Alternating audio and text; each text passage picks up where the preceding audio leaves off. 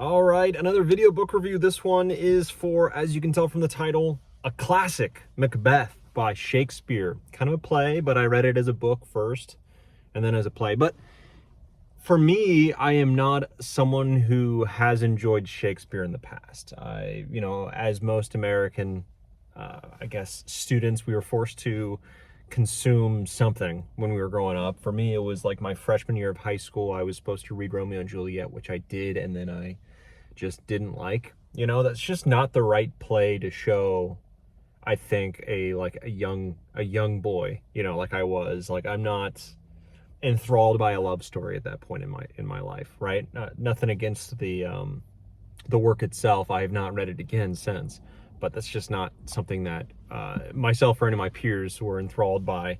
And then having to kind of tackle the rough language for us to comprehend, that's another hurdle that most of us just checked out there. At least that's as I know for myself and my peers.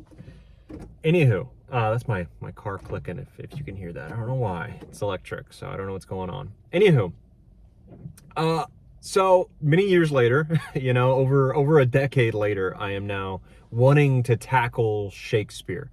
It's a massive hole in my reading kind of life, right? I want to enjoy Shakespeare. I love, as you can tell from my other reviews of GGK, of Tolkien, for anyone who has like a grasp of prose that is, extraordinary, I really enjoy it. I really enjoy it so much. And so I always think, well, Shakespeare is the biggest example of that, of someone who, I think that's in English language, he is the one who created so much of the language that we use, and then used it so well that he was able to do that and get all these actors nowadays to, that's what they want to do. They want to stand on stage and, speak the sonnets or the specific parts or speeches in these plays because they're so, enjoyable to speak. That's just Shakespeare. And I wanted to be able to enjoy that. So I said, all right, let me try Hamlet. And I listened to a little bit of Hamlet, but it's not something that, at least for me, is something to listen to first, because the characters, I don't know, and they don't say it, so it's not on the page, so I'm very confused at who's speaking and what's going on. So I was like, all right, stopping that.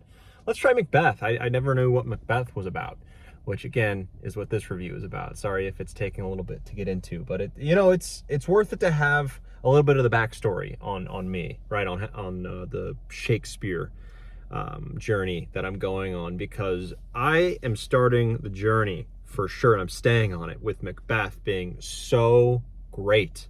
I did not expect it. I did not expect to be so enthralled. And at first, I didn't understand, but 10% of what was going on the page. I was able to understand the gist of the scenes, and then going back again, but the gist of it, maybe not everything that was said or the meaning of everything that was said, but then I read each scene again as well, cementing the characters and then trying to figure out what their purpose in that scene was, what they're trying to convey with the story. And as I reread it, those first couple scenes, it cemented in my brain, okay, this is what's going on. Wow, this is a really interesting turn of phrase there, and just getting super involved with it. And still, after many rereads of it, I didn't get every word or every idiom that was used or analogy or whatever you call it, but I was able to start feeling the story a lot more. And so that was just fantastic, and just blew through the book, and I just was thinking about it all the time, or the play, and I was thinking about it all the time. And then I said, I'm going to watch it as a play. 100% I'm going to watch it as a play. That's how it was originally done, and I want to have this story breathe and have life breathed into it for me to enjoy. So I watched on YouTube. I think it was a Stratford, I believe. It's a Canadian play, and it was just fantastic. It was so well done, and it actually showed more and revealed more of the play than I even realized, with some of the witches' apparitions that were coming up. I didn't quite catch what was shown in the book, or in the play, when I read it, and then I looked again after another reread, and I was like, wow, it was shown. And I'm able to do all these rereads, as is anyone, I guess, however you'd phrase that, because they're not long. They're plays. They're not meant to be 6 to 8 hour productions like it would be if you read it, a regular book. They're 2 hours, 3 hours long, right? And this one being around 2 hours, Macbeth. And so I'm able to just reread it, and just enjoy it so much. And I've caught the Shakespeare bug. It is just fantastic. And after looking at, I don't know other people's views on Shakespeare. I didn't before starting Macbeth. It was just a Macbeth. I remember Macbeth. I think there was a movie that came out recently. I'll try it, you know. And then come to find out, it is one of the highest acclaimed like pieces of work that Shakespeare ever did. So it's up there with the top. It was like one of the best plays I could start with was Macbeth. A tragedy. It was, I'm learning that it was in the Jacobean era, the beginning of the Jacobean era of Shakespeare after Queen Elizabeth died. Then he changed up to more of a tragedy, and not spiritual, but, you know, more witches and fairy things that were in there to kind of go with the tastes of the new ruler, right? So interesting things like that, and getting the background. Like I'm becoming an enjoyer of Shakespeare, which is great, and it's just a wonderful, wonderful play. I loved the downfall, the tragedy of Macbeth, and I loved how just how vile some of the characters were, mainly his wife.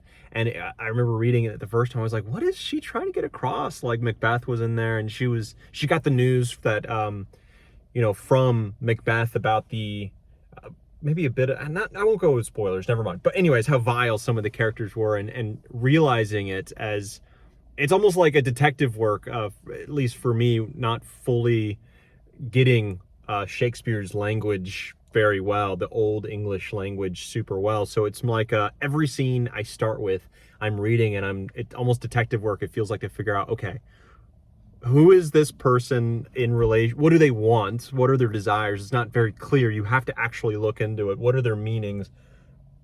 What are they trying to do in this scene? What are they trying to get across? And once it clicks, because it takes a while, once it clicks, okay, this is what they're trying to do. And Macbeth is very famous, so I'll just say Lady Macbeth is very much pushing Macbeth to betray the king and kill him. This is in the very beginning. And it took me like halfway through Lady Macbeth's first, you know, long passage in the beginning, and most who have read it know what I'm talking about, because she's got only like 2 or 3 big scenes, and they're very famous, and they're fantastic. But she, you know, it took me halfway through it to realize, oh, she's really pushing to kill, you know, Duncan the king. She is fully on board with it, more so than Macbeth. She really wants this, and she's, you know, crying out to the heavens, to God, to, I don't even know, to God, to like demons, really, to, as she says, unsex her, to take out the gentle nature of femininity as she sees it, and to give her the steely nature of men as she so wants it, so that she may better do these dastardly deeds that are necessary, as she sees, to take power. And it's so interesting, like Macbeth tells her, hey, these witches kind of said that I should be king, and she immediately jumps on it. You know, she's like, yeah, obviously, let's do it. Oh, Duncan's coming. What a fatal choice that he made. Let's make ready for him. And then it's great seeing the deception that they have, the utter just mind-bending nature of the guilt, and how it affects both of them. And it's just so compelling, and the human nature, it just comes through so much with all of these characters. Even though it was done so long ago, everyone just feels so human, and you understand their motives, and it feels so visceral. And that's what I hate about a lot of other books, let's say, a lot of other pieces of work. Not all of them, but I've seen in some where you don't understand the choices that are being made, or the characters, their feelings. Like you're trying to understand it, and it isn't, they're feeling more like wooden blocks or stereotypes. They're not feeling like real people. And in Macbeth, everyone just feels so real, especially Macbeth and Lady Macbeth. I think the deepest character work was done on them, obviously, and it was just so interesting to see it. It just makes me Macbeth is something that I think about now very often. I've just devoured it and devoured it over and over again in the last couple days, and it's something that I continue to think about. It is so fantastic, and I look forward to the rest of Shakespeare's stuff. I went ahead and also consumed The Tempest, which there'll be another thing on that, another review on that, which I did not enjoy as much. You'll see with the review. But now I'm on to another play, because I'm starting the Henry's, I forget it, but the historical tetralogy, the one with Richard II, Henry IV, part 1 and 2, and then Henry V? Maybe? Is that what it is? I think so. Maybe. Anyways, that tetralogy I'm starting, and I'm really enjoying it so far, with Richard II. Absolutely enjoying it so much. So I'm fully engaged in Shakespeare.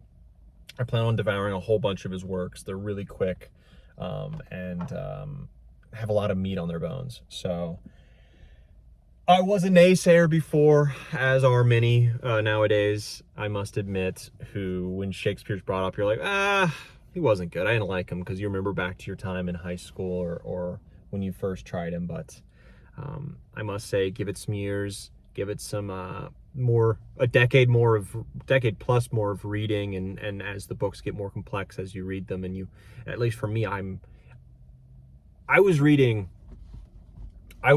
a bit of a confession. I began the book, the 8th and final book of Matt Dinniman's Dungeon Crawler Carl series.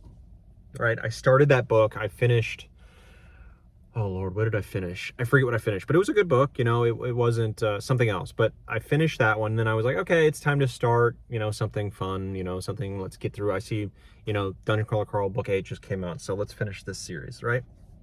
So I started that. I got about 10% through the book, and I was just like, oh my God, I do not care about this. This book it feels like popcorn. I'm getting nothing from this.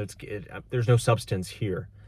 There was no laughter. There was no anything. I was not in the mood for that book at all. 0%. And I just wanted something more. I wanted something crunchy, something to bite on, and able to hold on to hold my attention and get me excited. I'm not excited about this book that I was reading.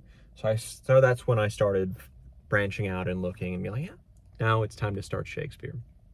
Anywho, that's what got me going with it. I hope to restart, or not restart, just continue the 8th book on Dungeon Crawler Carl at some point. But right now I'm on a pretty big binge of Shakespeare. Anyways, this is like a 10 out of 10.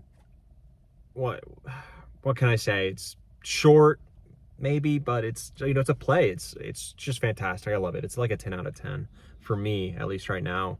And I look forward to the Shakespeare journey. So on to the next book, really on to the next play. But we will put this on as a book, I guess. All right, onward.